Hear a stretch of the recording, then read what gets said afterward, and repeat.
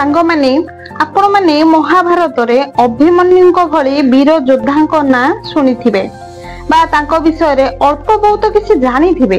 जेतेबेले 16 वर्ष बयसर अभिमन्यु कौरव मानकर बड़ बड़ महारथी माननकु युद्ध रे बारंबार हराई देथिले। जेतेबेले महाभारतर कथा उठिबो सेतेबेले अभिमन्युଙ୍କର नाम महान योद्धा माननक भितरे निश्चिंत भाबरे गणा जिवो।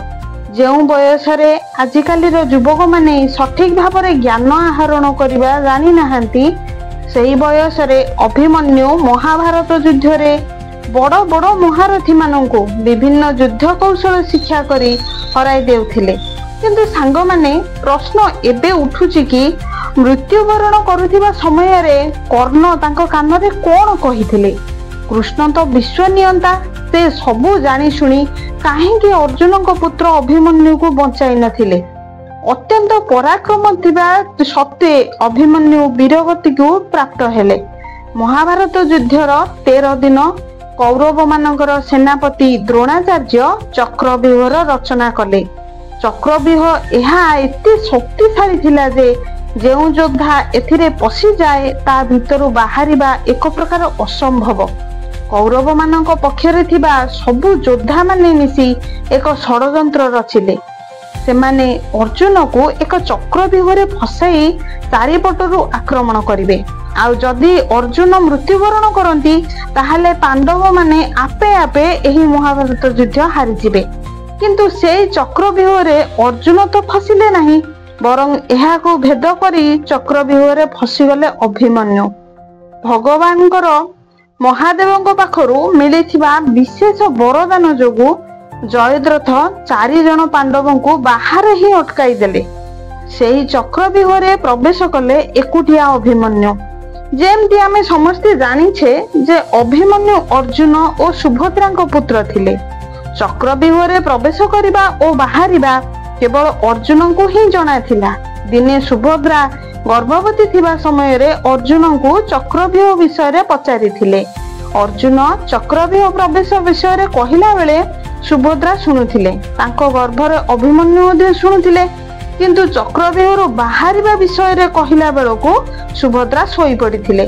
तेणु बाहरिबा कथा अभिमन्यु को जଣା नथिला। से चक्रव्यूह को भेद करी ता भीतर को प्रवेश कले। से गुरु द्रोणाचार्य कृतवर्मा कृपाचार्य कर्ण दुर्योधन शंकुनी दुशासन 7 महारथी संगरे एका युद्ध करथिले। से द्रोणाचार्य धनु को भांगी देले। कर्ण शंकुनी और कृतवर्मा उपरे तीरर वर्षा करने को लगिले। एपरिक दुर्योधन दुशासन एवं कृपाचार्य जेतेबेले अभिमन्युଙ୍କର ए रूप को देखिले तांकर सत्साहस हैला नाही कि सेमाने अभिमन्युर सामना करि परिबे। एही समय रे दुर्योधन पुत्र लक्ष्मण एवं अभिमन्युଙ୍କ मध्यरे घोर युद्ध हैला। अभिमन्युଙ୍କ गोटिए तीर रे लक्ष्मणଙ୍କ मुंड शरीर रु अलगा होई तळे पड़िला। ए सब देखि दुर्योधन अत्यधिक क्रोधित होई गले। से कर्ण को कहिले सूर्यास्त पूर्वरु ही एही बालक को आंबको मारिबा को पड़िबो। अभिमन्यु ही एकुटिया ए भली योद्धा थिले जे एका थरके 800 रु अधिक कौरव सेना को निहत कर देउथिले। जेतेबेले द्रोणाचार्य ए सब देखिले सेतेबेले कर्ण को कहिले ए बालक को हमकु कळे बळे कौशले अटकाइबा को पड़िबो नहले सूर्यास्त पूर्वरु ही कौरव सेनार विनाश होई जिवो। सेथिपाई मौकार सुजोग उठाई कर्ण सर्वप्रथमे अभिमन्युଙ୍କର धनु को भांगी देले। तापरे अभिमन्युଙ୍କର रथ को खंड विखंडित करदेले। तापरे 16 वर्षर एक छोट बालक को 7 महारथी चारिपटु घेरी नेले। किंतु अभिमन्यु आदौ हार मानि नथिले। जण जण करी समस्तଙ୍କ सहित युद्ध करुथिले आउ समस्तଙ୍କୁ परास्त ମଧ୍ୟ करुथिले। चक्रव्यूह बाहर थाई पांडव 4 भाई दुखित मर्माहत होई पड़ुथिले। सेमाने अभिमन्यु को कौनसी प्रकार साहाय्य करि पारु नथिले।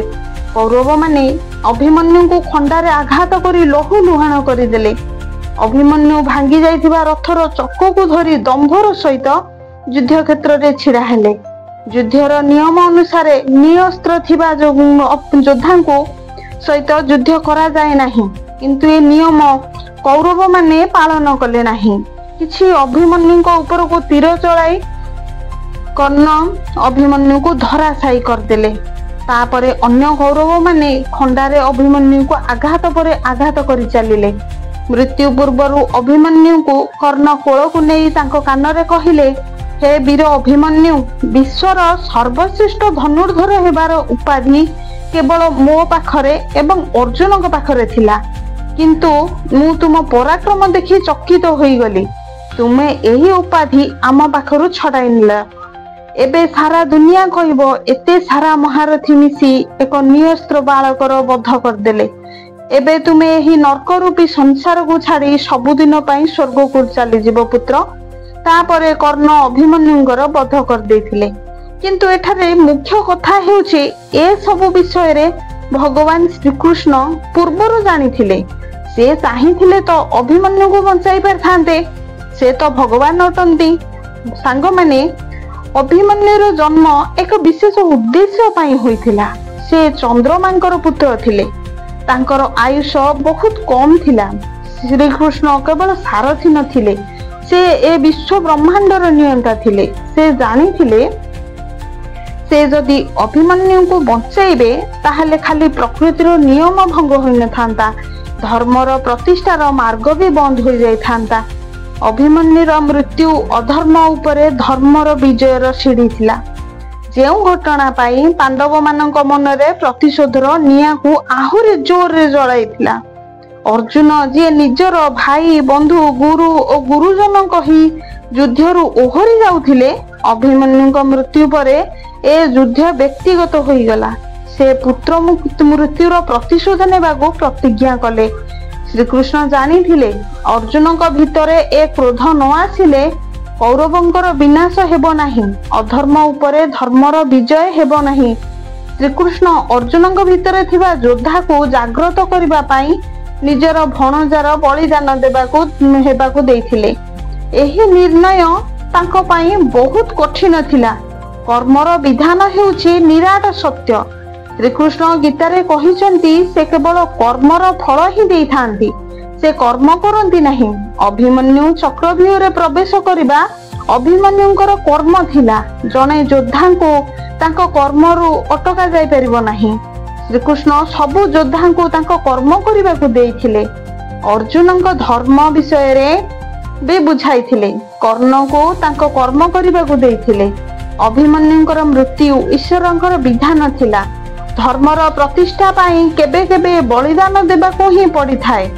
ଅଭିମନ୍ୟୁଙ୍କର ବଧ ହୋଇନଥିଲେ କର୍ଣ୍ଣଙ୍କୁ କେବେ ହେଲେ ଅର୍ଜୁନ ବଧ କରିନଥାନ୍ତେ। କର୍ଣ୍ଣ ନ ମରିଥିଲେ କୌରବ ମାନଙ୍କର ବିନାଶ ହୋଇପାରିନଥାନ୍ତା। ସେଥିପାଇଁ ଶ୍ରୀକୃଷ୍ଣ ସେଦିନ ଅର୍ଜୁନଙ୍କୁ ଯୁଦ୍ଧକ୍ଷେତ୍ର ଠାରୁ ବହୁତ ଦୂରକୁ ନେଇ ଯାଇଥିଲେ। ସାଙ୍ଗମାନେ, ଆଜିର ଏ ଭିଡିଓଟି କେମିତି ଲାଗିଲା ନିଶ୍ଚୟ ନିଜର ମତାମତ କମେଣ୍ଟ ବକ୍ସରେ ଜଣାଇବେ। ଛୋଟ ଲାଇକ୍ ଟେ କରିଦେବେ, ସେୟାର ଅଧିକରୁ ଅଧିକ କରିଦେବେ। ମୋ ଚ୍ୟାନେଲରେ ନୂଆ କରି ଭିଡିଓ ଦେଖୁଥିଲେ ସବସ୍କ୍ରାଇବ କରିବାକୁ ଭୁଲିବେନି। ବେଲ୍ ଆଇକନ ପ୍ରେସ୍ କରିଦେବେ। ଏମିତି ନୂଆ ନୂଆ ଭିଡିଓର ନୋଟିଫିକେସନ ଆପଣମାନଙ୍କ ପାଖକୁ ଚାଲିଯିବ। ରହୁଛି, ପୁଣି ଦେଖାହବ ଆଉ ଏକ ନୂଆ ଭିଡିଓରେ। ନମସ୍କାର, ଜୟ ଜଗନ୍ନାଥ।